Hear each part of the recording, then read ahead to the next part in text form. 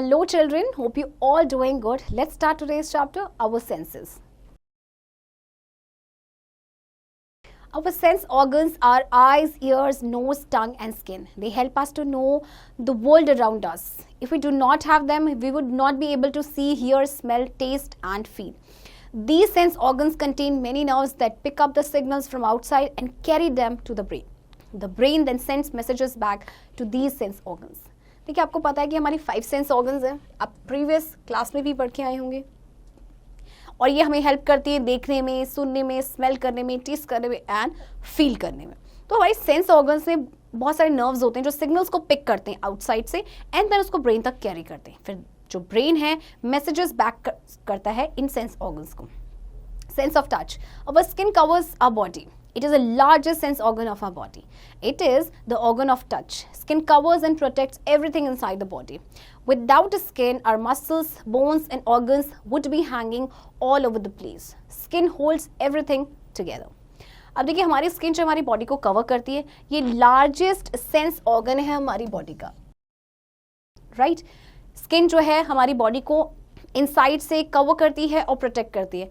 बिना स्किन के हमारी मसल्स, बोन्स और ऑर्गन जो है वो हमेशा हैंग करते रहते हैं. स्किन जो है सारी चीज़ों को होल्ड करके रखती है together. Always remember skin helps in maintaining the body temperature by the process of sweating.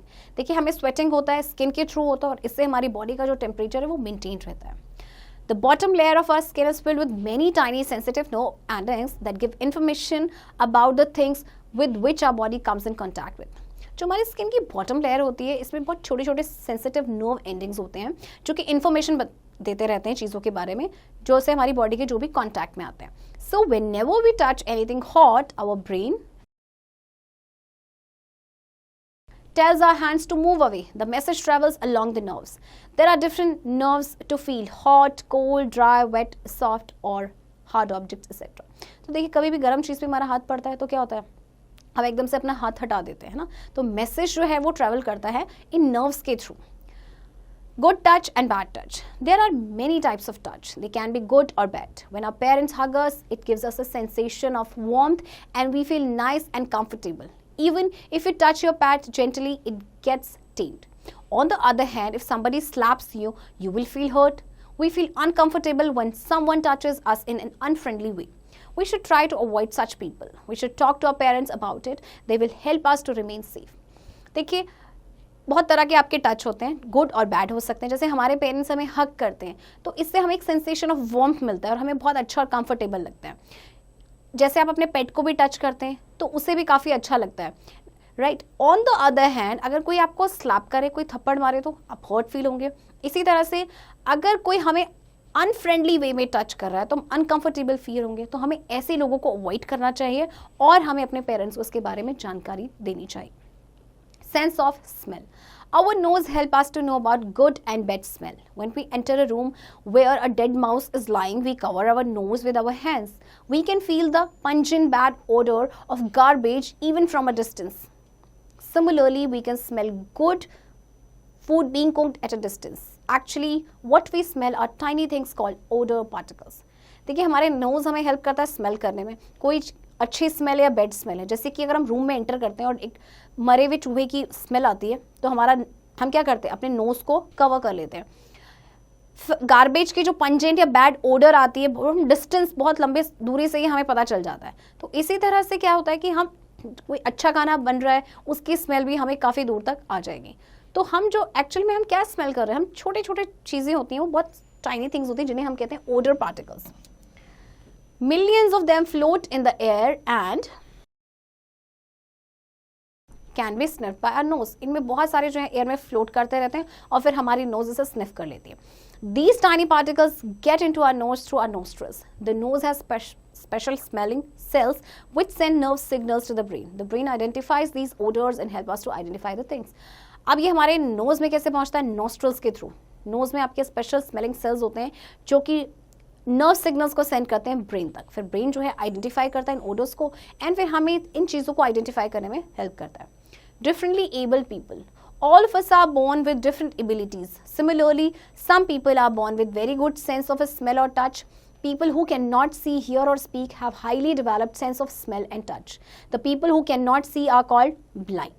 They can read and write using their sense of touch. There is a special script called Braille script which is used by blind people to read and write. It is a coding system where 6 raised dots are arranged in a particular sequence and each sequence represents a letter of the alphabet.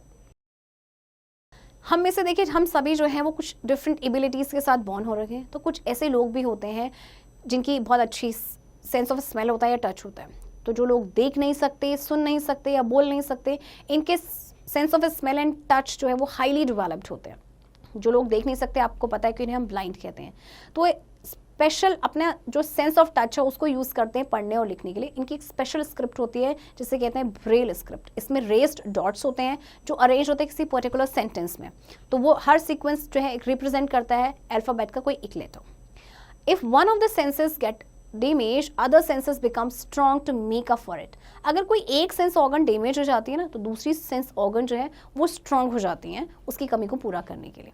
See this is the Braille script. और यहाँ पे देखिए ये raised, जैसे ए के लिए 1 dot है, B के लिए 2 डॉट्स है, सी के लिए इस तरह, ये सारे रेस्ड डॉट्स हैं जिसे टच करके जो डिफरेंटली एबल्ड पीपल होते हैं, जो ब्लाइंड होते हैं, उसे रीड एंड करते हैं।